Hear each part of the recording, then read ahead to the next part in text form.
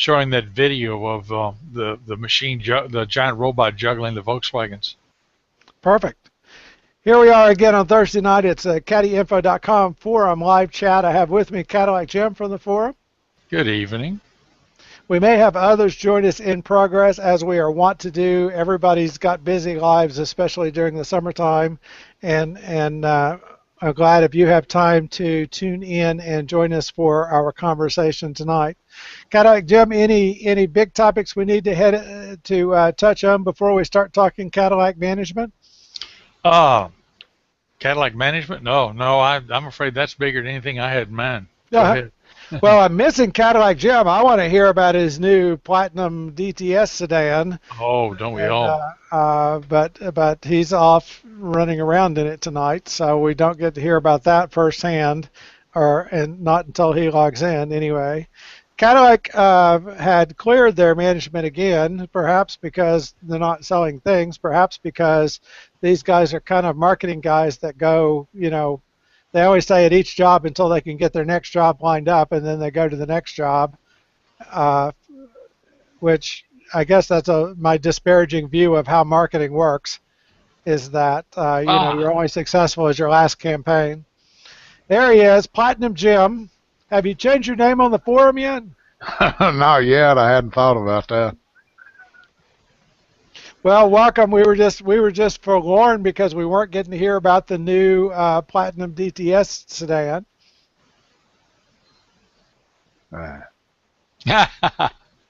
Oh, he's busy getting his screen set up. We actually turn on the Hangout a little bit before time so that we can get our screen set up with the side boxes and so on. If you're playing along at home, you can actually submit questions from the Google event box, and they'll show up on our screen, on our Hangout screen here, and then we can do our best to address your question. And there's actually some functionality so that we can mark the video as to during which period we tried to address the question. Now, I've also got the post up in the forum, and I've got the forum post queued, and so I can see that. I've got my Google Plus queued, so if you want to join us live in the video, you can circle me on Google Plus and let me know that that's the case, and then I'll add you to our invite list so that then you would be enabled to join the forum.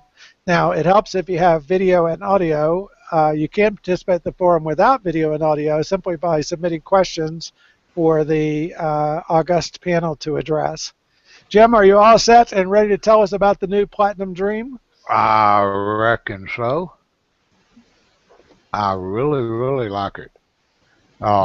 It is technically, when you look at the specs are about the same as the 06 as far as suspension, engine power, this kind of stuff. But this one rides smoother than the other one ever did. And even though it has Bridgestone tires on, which I absolutely despise, they won't be on there long. The other one had Bridgestone tires, and if you remember several years ago, I was constantly complaining about them until I finally replaced them. And they had a warranty on them, road hazard warranty through Discount Tire. And I was kind of hoping for them to wear out, but as they would get wore down, one at a time would go bad, and they kept putting new tires on it. So I had to just keep driving it. I wasn't just going to throw new tires away, just because they were noisy and rough. Right. Although looking back on it, I probably should have, because I put up with a lot of aggravation from those tires. These don't seem to be quite as bad, even though they're identical brand, the same series, and everything. They changed. These don't seem to be quite as bad as those were. I absolutely despise them. But if you like the ride now and you don't like the tires, then when you get the right tires on it, then it'll be even better. Correct. Yeah. Well, I said I like the ride. I do. I haven't had a chance yet. I've only had it a few days. And I haven't had a chance yet to get it out and get it on any crooked roads or anything like that to see how it handles, compared to the other one. The other one was like it was on rails. Mm. And I just love the handling of it. So we'll see how this one does. But in just, driving it around on the freeway and, down to the store and stuff like that, it rides really well. And it's not as noisy as I expected with the Bridgestones.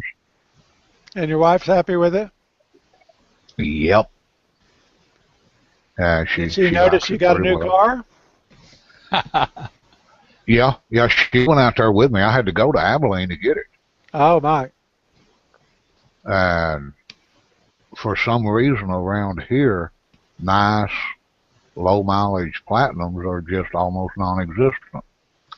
And when one does become available, I had several email alerts set up at various places like cars.com and stuff like that, Yes. where when one was put up for sale, I'd get an email. Which Well, is a good way to shop for cars, is that way you get an alert to so that you can grab, if what you got to do is kind of get your money in your pocket and be ready to buy, and then I get had that. alerts for. But then I would get the alert and I would immediately, look up the dealer and, get on the phone and call them and, oh, sorry, that one's already gone. That happened over and over and over and over and over again. Wow. And I was looking in Houston, Denver, New Orleans, anywhere in that area. And just couldn't find one. And when I did find one that was still on the lot, they weren't as represented. Oh, well, we made a mistake in the ad putting that mileage on. It's really got 30,000 miles more than, what was in the ad. That was just a typo. Oops. Yeah. That Well, was just a typo. When I was looking for CTSVs, I ran into CTSVs that were V6s Right. on cars.com. But anyway, my son had also joined the search, and he sent me a text the other morning, last Thursday, about 10 o'clock, I reckon. He sent me a text that he had just got an alert about one in Abilene. It had just, popped up for sale. So I immediately called them and asked them. And Abilene is not in our neighborhood. No, that's For those 175 not familiar miles. with Texas. 175 miles from my house. Right. So wife was still asleep, but I called them. This was about 10 o'clock. I called them, and they said they would hold it till 2. They would hold it for me till 2. So I got Till her 2 up. that day? Huh? Till 2 that day? Yeah. They wouldn't promise on holding it anymore. Wow. Any after 2 o'clock. So I got up and I got her up, and we went and had a quick breakfast and hit the road and got to Abilene and jumped up and down and hollered and screamed and made the deal, and I drove the new one back home. Now, did you trade in yours, or what'd you do with it? And I traded it in. Yeah. It was about done, right? What? It was about done? Yeah, it was getting there. It was starting to have a few little things go wrong with it. And it had 100 and how many miles on it? Just a hair over 140. Yeah. So I figured it'd give them good service. Has 8 years and 140,000 miles. Ended up getting a fairly decent price out of it.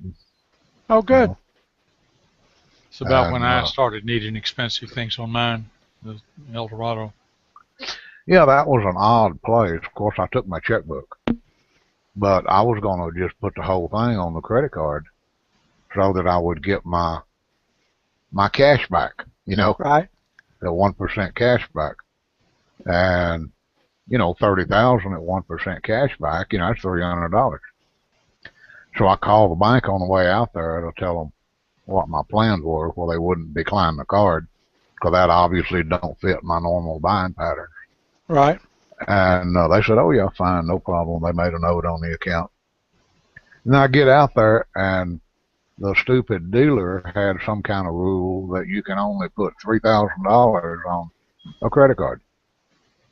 They said if they put more than that on a credit card, the credit card company charged them extra, and I would have to pay the extra fee. I said, forget it, I'll just write you a check.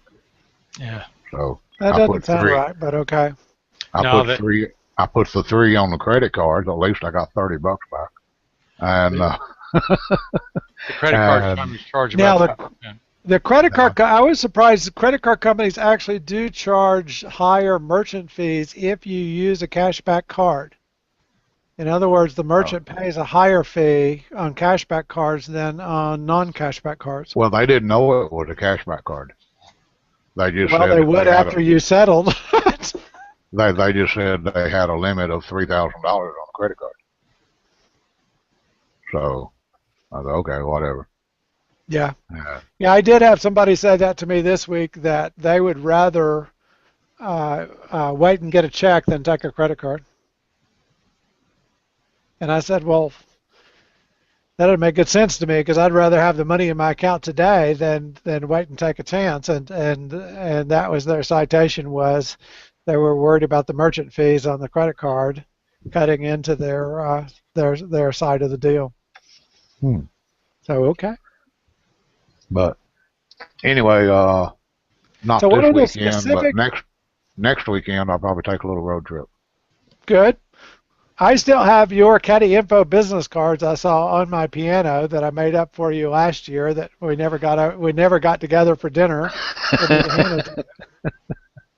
I was trying to show my wife some moo.com business cards, and I showed her those, and then I looked at them a second and said, gosh, those are Jim's business cards. So what are the specific features that the Platinum has that you couldn't get on the DTS that year? Have you listed those?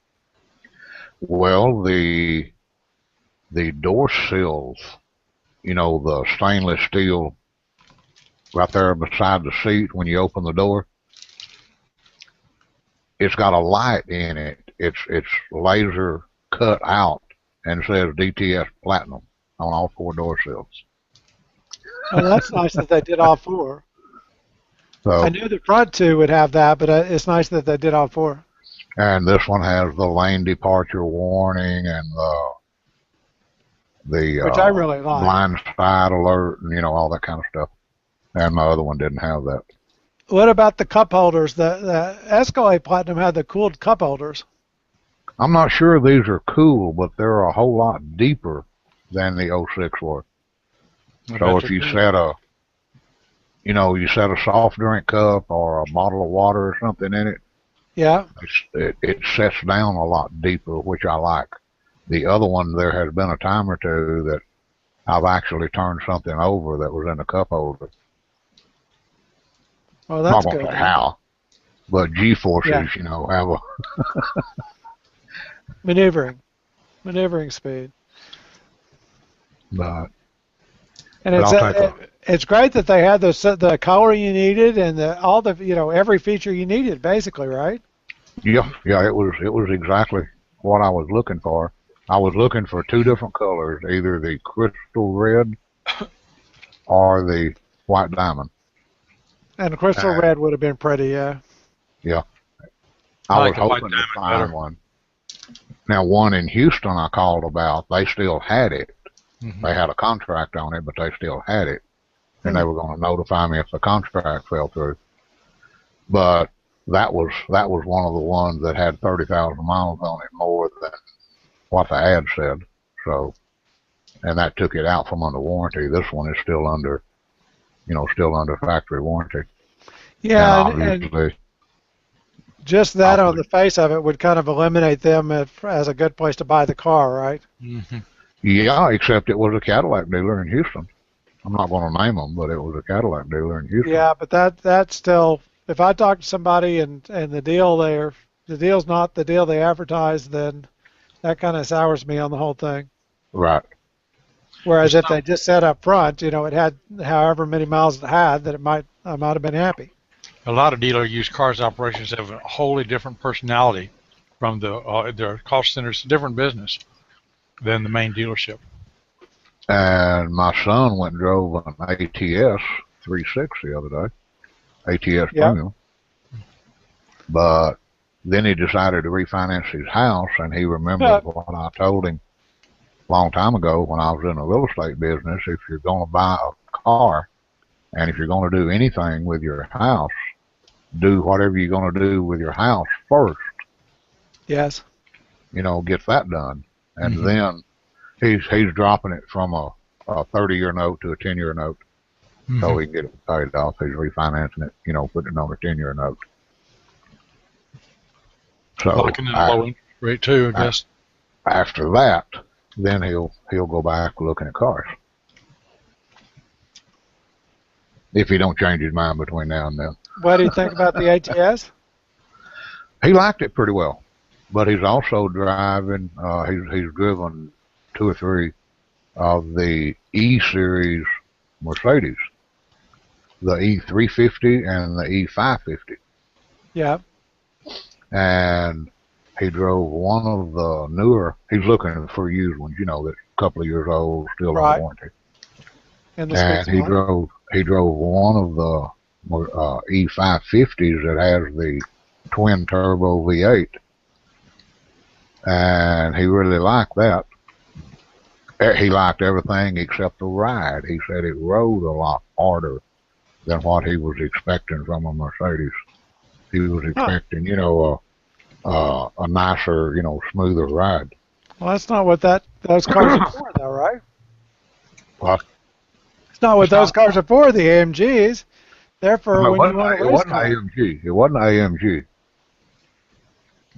It was just the 550 Sport with the twin turbo. It had AMG wheels on it, but it wasn't actually a full-blown AMG. Okay.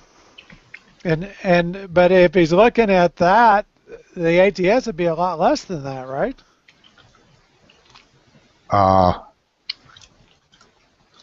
Well, they're running about the same price. So he's looking at the ATS Premium 3.6. Oh, what year Mercedes was it, though? I think it was a 12. And the ATS was a 14, but it was used. It had, 8,000 miles on it or something. It couldn't have been used too much, right? Right. Not that far into 14. So, how about the V Sport? He kind of wants to go drive a V, but he's afraid to. Yeah, I think if we see the V Sports on the used market, that's going to be a sweet car to get on the used market. You can find a V Sport. Now, when I was over at the dealer the other day, I had a little problem with my cool seats. They wasn't cooling to suit me, and they're nowhere near up to the level that my 06 were as far as operation. So I took it over there and had them check it, and I'm not going to go into that. I'm going to give them a chance to rectify their mistake before I say anything bad about them. Okay. But let's see. Anyway, I took it over there and then brought it back home. But while it was over there, I was messing around, and I didn't drive them, but I sat in the XTS Premium and the CTS Premium and the CTS Coupe.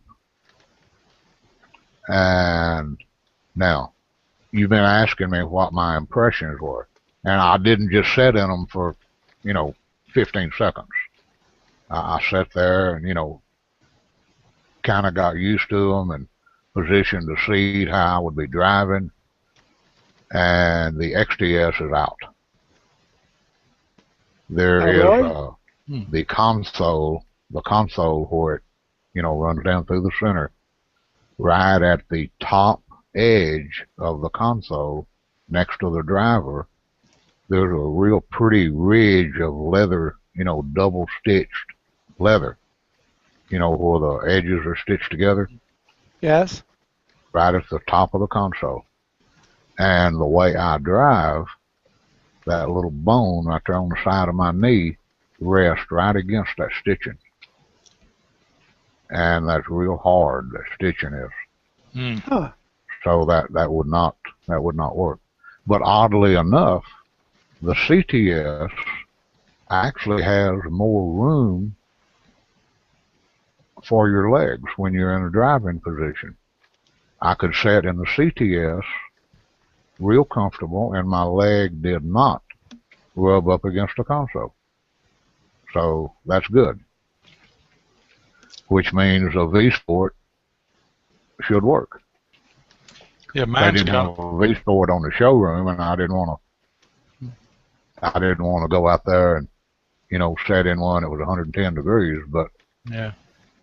But mine's got enough foot room to where the passenger can curl up in the fetal position and roll under the dash.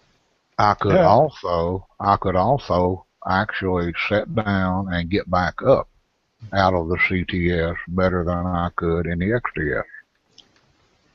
Mm. To get out of the seat, even when I move it back, like the easy exit part, even when I move it back, to get out without twisting my hips and lower back, I had to put my hand on the door sill to kind of hold myself, and then stand up.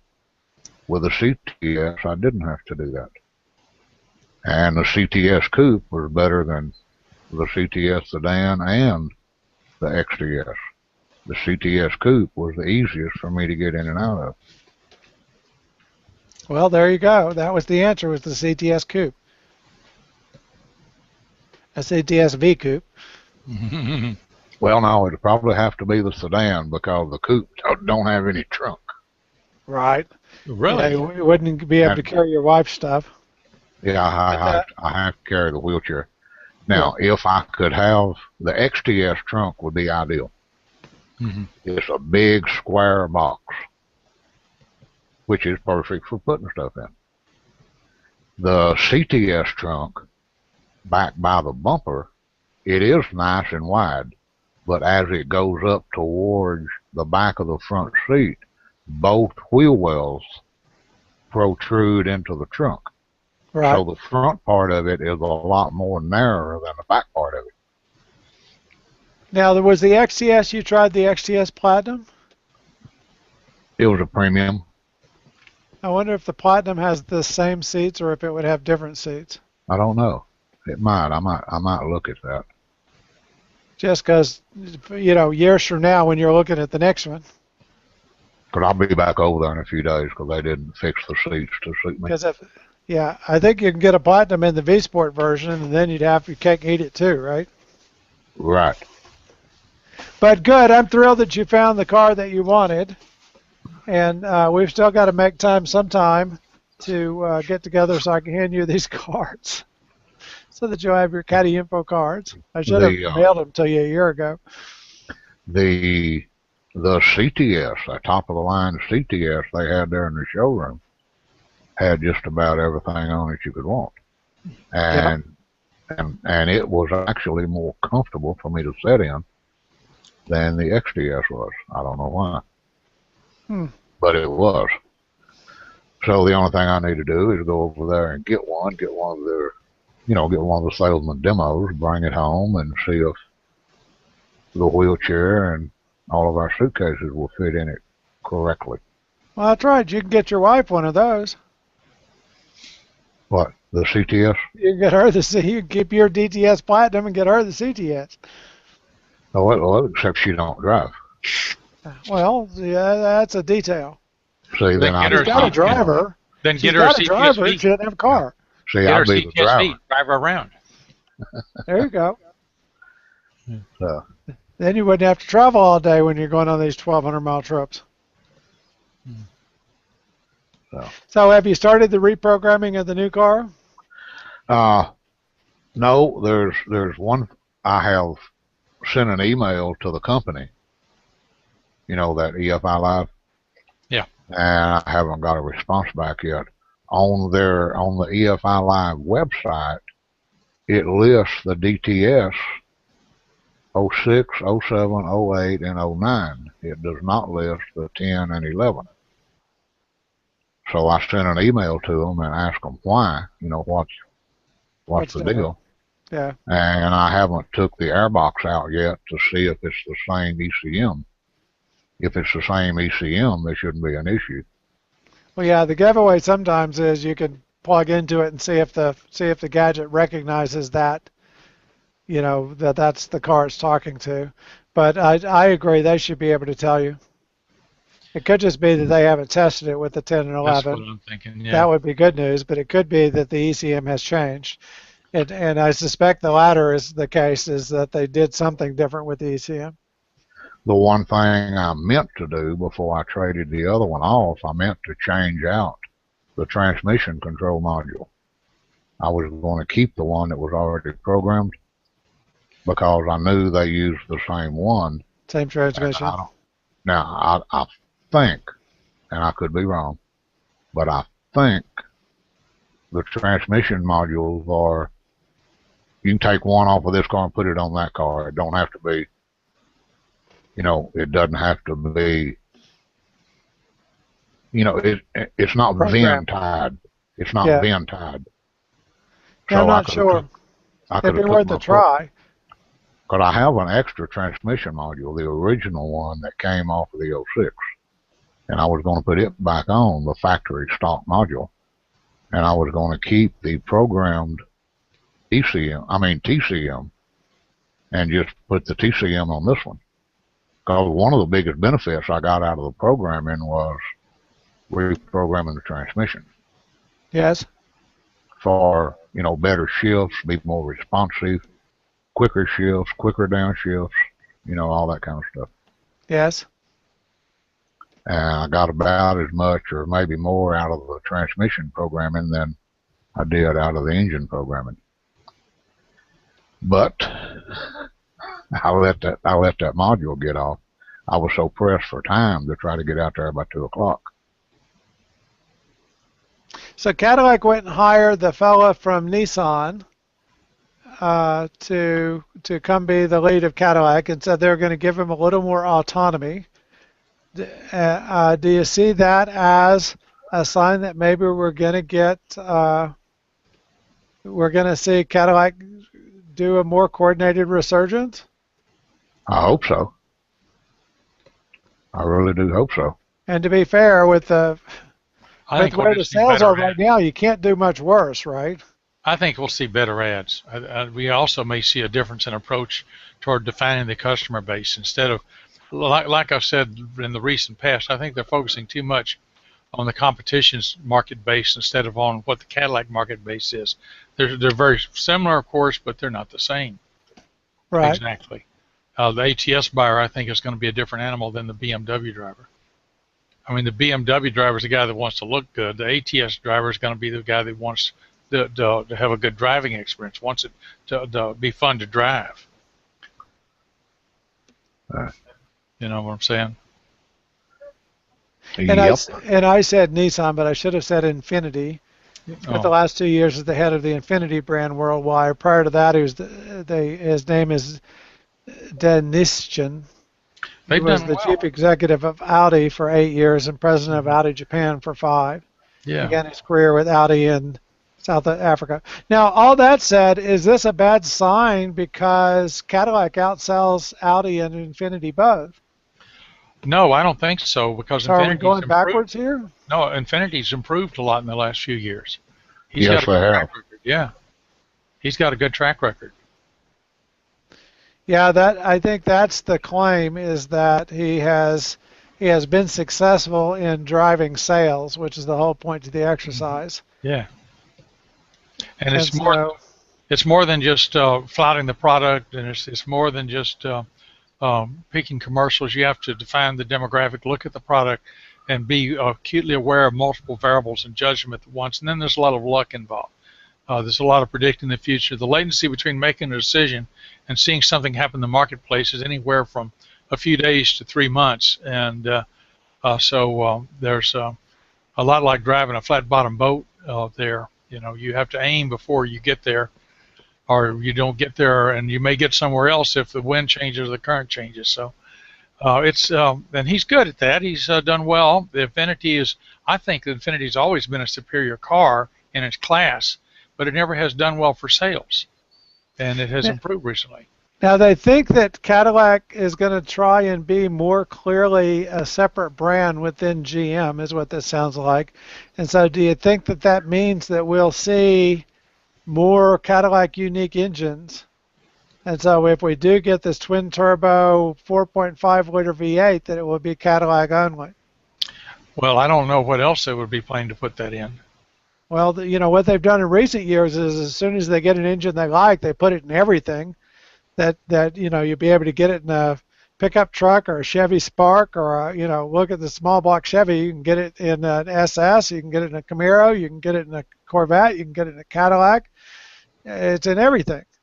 Well, the small block Chevrolet is really just a block. The engine is very different in the Escalade than from the Malibu and the LSA. Though I was a little ripped when they gave it to the Camaro, but what the heck? It was quite a Camaro when they were done, so I forgave them. Well, and I've kind of been on the bandwagon for a common use of parts because then we get a hot rod aftermarket for Cadillac. In other words, the same hot rod parts that the people develop for the Camaro, you can put on the Cadillac by and large, or the Corvette for the Cadillac when they're using common engines. But is there some allure in Cadillac having unique engines? Oh, absolutely. So that there were Cadillac only engines. Mm-hmm.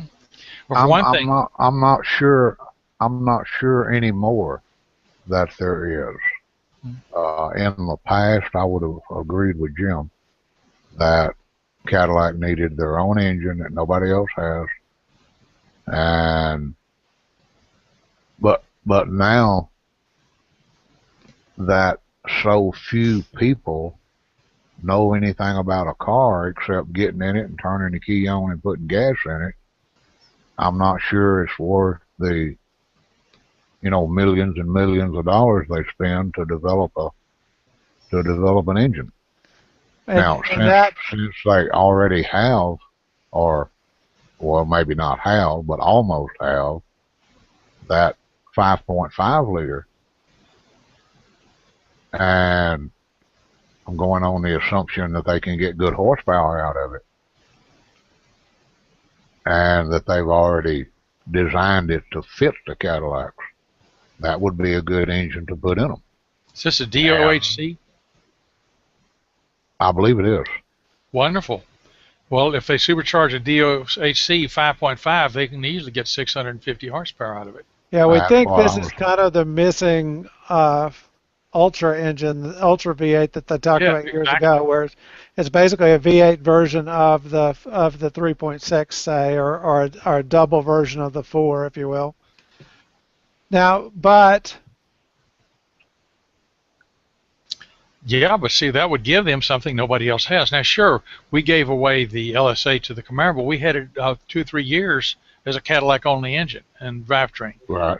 And, well, but it's not just the engine. That if you look at the next Camaro is going to be on the ATS platform, and it shares some of the ATS engines, and so it's not just an engine problem. It's the whole, they're really going back to just badge engineering, right? Well, if I was just about to say, remember the 80s.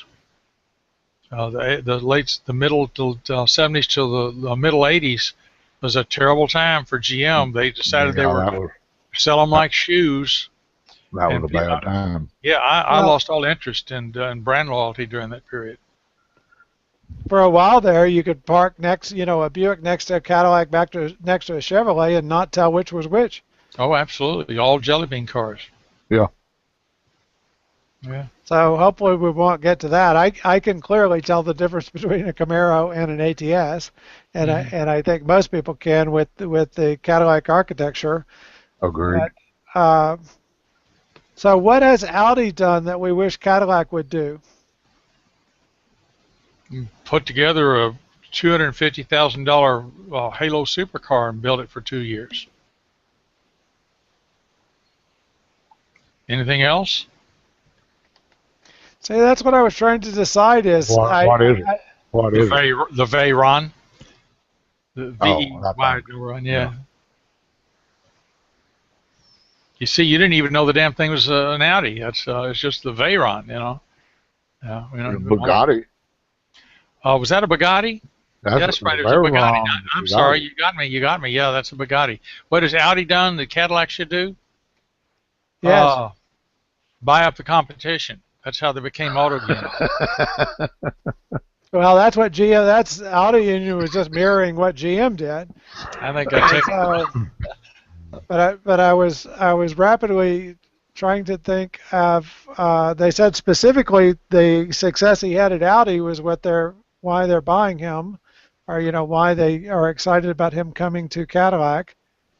But and I think Audi has done well, but I mean Audi's sales aren't all that, right? Well, what was he doing, and where was he doing it when he worked for Audi? Oh, now Audi has done like the R8. The R8 GT Spider is a beautiful car. And so Audi announced a 10% sales rise in May with 11,000 units sold in May, the best May on record for Audi in the United States, fifth best month ever in the market. But Cadillac sells more than Audi does. Well, what was he doing for Audi, and when was he doing it? Was he in South Africa working for Audi? Yes. How long was he? What was he doing there? He held top posts for Audi in Japan and in South Africa. He's from South Africa. Right. And he's overseen, I'm reading from the Auto Week article, he's overseen considerable growth for the brand in both image awareness. The company has become a player in Super Bowl commercials and sales. Audi's share of the luxury market increased from 5.3% to 9.5% last year. Okay, so they've increased their sales, or they basically doubled their sales.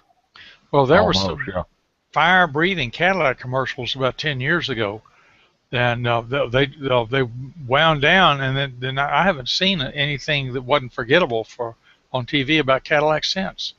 And they seem to spend enough money to get a good commercial. I don't understand why that's so hard. Yeah. This last Escalade commercial I found amusing, but it did. I don't think it sold any Escalades. No, I remember some of the commercials where the guy pulls up.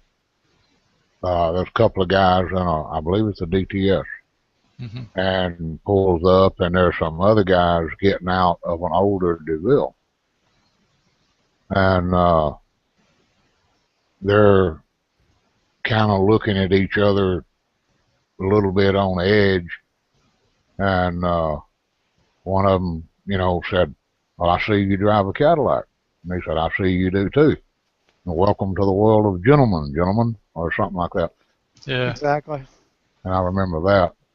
And there's another one where the guy got off work late, after dark. And he goes down and gets in his Cadillac and, drives out of the parking garage. He turns the stereo on, some nice classical music. He's driving down the road, and you can tell he's nice and comfortable. And, talking about how roomy it was, and, how smooth, and it had a V8 and all this kind of stuff. But those kind of commercials, I remember. The kind they have now, I mean, I can see it, and I can't tell you 15 minutes later what it said. Yeah. My wife saw one in '97 when my car was new. Showed a STS pulling into a filling station where some guys were standing around another luxury make of the logo obscured. And they were talking about, well, they were lost and they were having trouble with all the leaves on the wet roads, and they didn't know how they were going to get home. And here comes this guy in Seville. He comes wheezing in. He fills the gas tank while they're still gurgling. He fills his, closes it up, and they look at him and says, "Where are you going?" Says he tells them, he says, "That's where we're going to." Says, "Can we follow you?" He says, "No," and he jets off. Zoom, gone, and a little flurry of leaves. In other words, you can't keep up. Right, and I'm not going to wait for you. I had that experience on vacation one time. I had this guy, and I was on my Honda, that motorcycle, and there was a guy who wanted to ride with me out of Seattle into Yukon, Yellowstone, and I didn't much care for him following me because he had modded his bike. He had a huge rear tire on it and this kind of thing, and I was going to ride at night to get the miles. And I was not real interested in babysitting this guy. And yeah, he had hell keeping up, especially on the curves. And even though it was another Honda 750, it just was not fun until I shook the guy. He finally understood and let me go. But yeah, it's no fun trying to travel with somebody trying to keep up. More than once, I've rounded a curve at night and looked around to make sure he was all right. And I was not really trying to, I was trying to go slow to be kind. So other than waiting to see if, and I hope this gentleman is successful, but other than waiting to see if this gentleman stays at Cadillac more than 6 months, how would we tell that he's been successful or not as the new president of Cadillac? It's going to be a judgment call because we can't compare it entirely with last year's sales and get an ironclad barometer because this year is different from last year. And we don't really know what the rest of the summer is going to be like and into the fall. The best 6 months of the year is coming up. And but the new guy on board, he can't impact any of the current models or any of the current model planning out for an extended period. He can have an impact on the marketing, but they've been paying experts $20 or $25 million a year on marketing.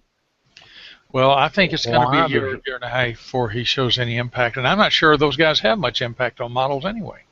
Why does it take so long to get a new model to the market? There's just I think that's a big problem in Cadillac, especially when you're talking about something simple like the ATS-V. And I get that it's hard, but I mean I think it's at least a year late to market. Well, the CTS-V is still using the old body style. Right. Yeah, they're going to bring it. I think it's late. The 2015. Now, the 2015 model is going to be out in 2016. Some good news is there was a rumor this week that we actually will get either or both of a diesel Escalade or an Escalade V. Holy shit, an Escalade V. Pardon me, I said a bad word. How would you like to see an Escalade V in the mix? I think that's terrifying. I think it's a terrifying horsepower Escalade. Well, that's wonderful. If you've ever driven one of those things, it's maybe a wonderful sport ute, but it's still a truck. And it may go like jet stink, but it's still going to be, when it comes time to stop or turn, it's still going to be a truck. I think they can sell some of those, though, and we'll see $100,000 Escalades. That's possible, yeah. Yeah, I think if they make it, people will buy them. There is a certain group that will buy them. That is true. Well, so maybe they'll figure a way. If they make them, they'll sell. Maybe they'll figure a way to make it safe. What do you think's possible with a diesel Escalade? What kind of miles per gallon could we expect from a diesel Escalade? 20 to 50% better than whatever it gets now. It gets 12 to 18. 12 to 18. If they get 18 now 18 on the road, 24. the diesel ought to get 23, 24, 26. Mm-hmm. And diesel fuel's a little more expensive, but that would still make it a going concern, right? Yes. So. And since they have diesel GMC pickups and diesel Chevrolet, the 1 tons and bigger, there's no reason they can't have a diesel Escalade. You should have had it, 15 years ago. But there's no diesel in that set right now, right? There's no diesel Yukon. No. No, there's no diesel Yukon, and there's no diesel Escalade, and there's no diesel Suburban. Now, they used to have a diesel Suburban. My wife's brother had one. And that was a great truck. Ran good, got good mileage, never had to do anything to it. He put a ton of miles on it, and he messed it up. It was his own fault. He was washing the engine with the air cleaner off, and he liquid locked it. It was sitting there running, and he liquid locked it. Well, that wasn't ideal. But that wasn't the diesel's fault. That was his fault. Yeah. That hurts to even hear about. Well, we're willing to silence for the liquid-locked diesel, hydro-locked diesel. But so a Duramax, the current generation of the Duramax does about 400 horsepower and 765 pound-feet of torque. Right. 765 pound-feet of torque. And they are tunable. So that would move an Escalade right along. Oh, absolutely. What's the displacement of that engine? 6.6. Is it a V8? Yeah. Yes. The Duramax. It sounds like they're probably going to trot them out any minute to me. If they feel like they can do it, it's a turbo diesel, of course, and turbochargers are how you get diesels to the performance there. Mm-hmm. Yeah. But putting a 600, 700 horsepower in an Escalade, it's not going to be. Well, of course, my car's not a CTS either. I mean, if somebody said they'd be putting 550 horsepower in a CTS, I'd have cringed too. But they made a sea change on the whole car. Now, Duramax had offered to make a 4.5 liter version of the Duramax to put in the light trucks, but GM didn't bite. They should have. But they have that on the shelf, and that would still do around 300 horsepower and 520 foot-pounds of torque. And so I'd rather see them continue on with the with the bigger displacement diesel, but that might be attractive to people as a 4.5 liter diesel, turbo diesel. More gas mileage, and that's probably the reason they're looking at diesel anyway. Especially if you made it Cadillac, specific to the Escalade. So then, if you had a 4.5 liter twin turbo in your expensive car and a 4.5 liter turbo diesel in the Escalade, then that would seem consistent. And save money on mufflers with all those turbos too.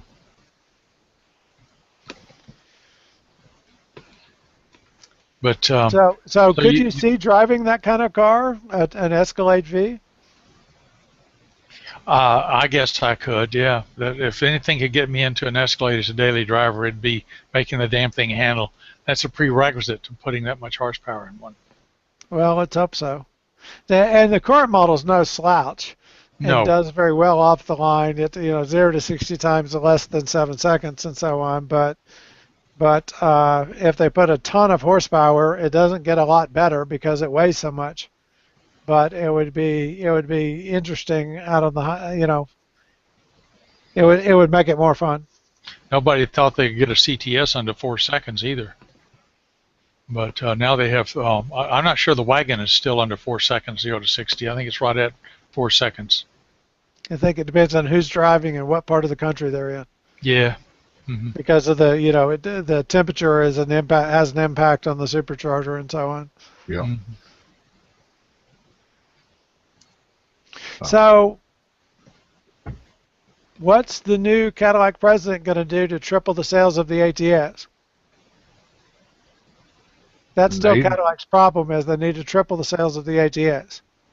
They need to realign the prices and be a little more realistic. I think that's A, and we've had this argument several times already. Yeah. I know, but I mean that's still the big picture is. What do you do with the XTS? The XTS is going to be one and done, and it's past its freshness date now. And so you didn't make it the DTS. You've got the ATS and the CTS out now. So what's the role of the XTS?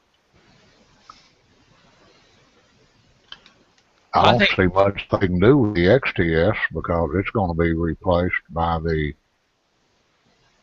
new one. Right, the big rear-wheel drive Cadillac. So it's not Right. really a replacement for the XTS, but it is kind of a, for the full line, you have the ATS as the entry level, although they charge too damn much for it. You'd have the CTS as the medium line, and you'd have the LTS as the high line. Now, Right. Cadillac's still Which missing pretty a much. bunch of.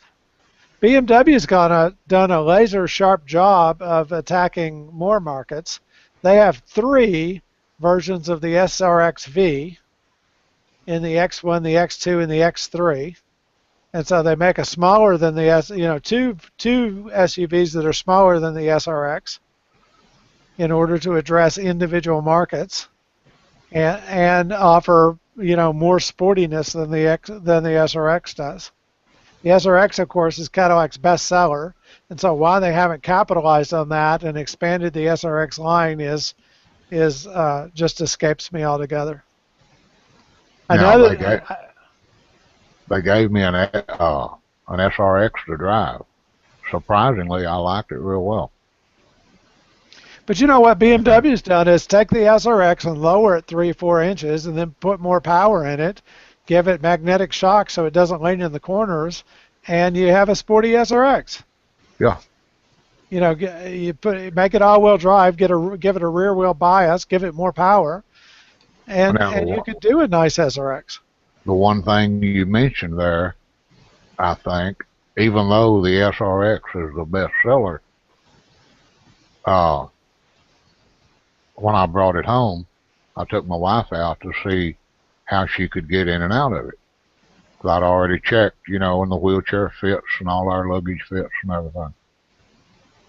And just considering it, as a possibility on down the road. So I took her out to see how well she could get in and out of it, and it's still too high. If it was 2 or 3 inches lower, it would be a whole lot easier for her to get in and out of. Now, Cadillac has the automatic sideboards on the Escalade, and they had experimented with the cars that will kneel down like a camel, right? So if the SRX did that, where you could automatically tell it via the remote to lower itself to let your wife get in the car, you'd be done. Yeah, but instead of having 80-inch wheels on it, why don't they put a normal size wheel and tire on it and lower the whole thing 2 or 3 inches? Exactly. That's what I'm saying is. That would lower the center of gravity, which would reduce lean. But it's almost like Cadillac doesn't want to have anything to do with the SRX, that they don't spend any time on it, and it's selling. And so why are we pouring time into things that aren't selling and not focusing on capitalizing on the things that are selling? Exactly. And, that's how you learn your market is people are buying the SRX, so give them more SRXs. Yeah, and give them more choice. Right. And instead, they're giving them fewer choices. Yeah, now you got one SRX with one engine. You either get rear-wheel drive or all-wheel drive, standard performance or premium, but it's all kind of just a mix of options. The SRX, I thought it was front-wheel drive. Yes, front-wheel drive or all-wheel drive. Okay, you said rear-wheel or all-wheel. I said, wait a minute. But I thought it was nice and peppy. I thought it ran well. But didn't it have a North Star at first? No, yeah, several years. North Star was an option. Yeah. The current generation does not. But the 3.6 DI is really a substitute. It does as well. Yeah, they tried a 2.8 turbo and then the 3-liter, and the 3.6 was really a good match for the weight of the vehicle. But are we missing a V-Sport version of the SRX? I think we are. I think we are, yeah. Because Mm-hmm. there's enough people. The there's enough people in the younger demographic buying the SRX that they would buy a V-Sport. Oh, yeah. Yep. That's what I think. And so we'll see. I don't know how I guess I haven't reached a conclusion on other than, obviously, if Cadillac sales take off, then great, the news guy's doing it. But if Cadillac sales don't take off, then how would you gauge when he could have had an impact, if you see what I mean? I mean, you know, the designs that we're going to see for the next 12 to 18 months were locked in 24 months ago. And that's way too long a lead time. So what can he do right now to change Cadillac sales, other than advertise? Advertise the whole line, for one thing. Give me a commercial that covers every Cadillac that we have for sale. I can give a partial answer to that, and also answer another question you said about tripling ATS sales. ATS has a good midline car out now. As you point out, they could broaden the line a bit. They're starting to do that, but they still have the four-cylinder. They don't have a four-cylinder normally aspirated, for example, as an entry level. It's a four-cylinder turbo. No, but the ATS has the 2.5 liter inline four normally aspirated. Oh, that's right. That's the right. beginning Yes. engine. And then the 2.0. We keep saying get rid of it, but that's what they actually have. I think they should need to keep it. But what if they want to get market penetration, and then they once they get market penetration, they can build on that. Back. Okay. Have a 2-week price cut sale where you make no money, but you bump your market share 2 to 5%, and then get them out there. There's a critical mass on the blankets video, please. Oh, okay. There's a 2-week there's a critical mass in market share above which people that would never consider an American car, don't know anybody that drives one, will know somebody that drives this car, and they need to cross that point because they need to penetrate the demographic of people that should be Cadillac drivers but just don't know or understand that. And they're going to have to do it by having these people exposed to Cadillacs, and the television isn't enough. I'll tell you what, I have converted a few dyed-in-the-wool sauerkraut burner drivers with my CTSV without having the slightest intention of doing so. Just from exposure. Yeah, just to get in the thing and drive it around while we're going to lunch and so forth. And I have a habit of getting the thing just over 40 and getting it in 6th gear and then driving around in 6th and using the bottom end torque. And you can't do that with any sauerkraut burner. And it just blows these people away to see that thing just, just king of the road in 6th gear. Fun. Yeah. Guys, we have gotten to the end of our 1-hour broadcast, and unfortunately I'm going to have to hold us on time this week. Thank you very much for being on and chatting Cadillac again this week. Cadillac Jim, thank you for joining us. Yeah, I wish we could have had Kevin and the others. Yeah, and we'll keep encouraging them to participate. I did get a note back from Vinny saying that he posted a thing on Google Plus saying that he was off on a hike, and so couldn't join us this week, but hopefully he'll join us another week. And Texas Jim, thank you for joining us. Thank you. Good to be here. Not a problem. Always enjoy it. I couldn't make it last week because I'm on my way back from Abilene. Yeah, I got your text. It's all too late. And remember this face, because if he changes his name on the forum from Texas Jim to Platinum Jim, I don't want you to lose that it was the same guy there. So. Thanks, Skipper. Thanks for being on, guys. Hold on a second, and I'll hit the stop broadcast. Okay. For those of you watching at home, if you ever do want to participate, you circle me on Google Plus, and I can walk you through what you need to do, which cameras we use, which mics we use, which headsets we use, and so on. You don't have to have the same ones, but we can help you through the learning of how to enjoy Hangouts better. Anyway, this is the caddyinfo.com, CADDYINFO.com is a Cadillac forum. If you click on caddyinfo.com, you see the blog, and then you can click on the forum link and get there that way. Thanks for joining us.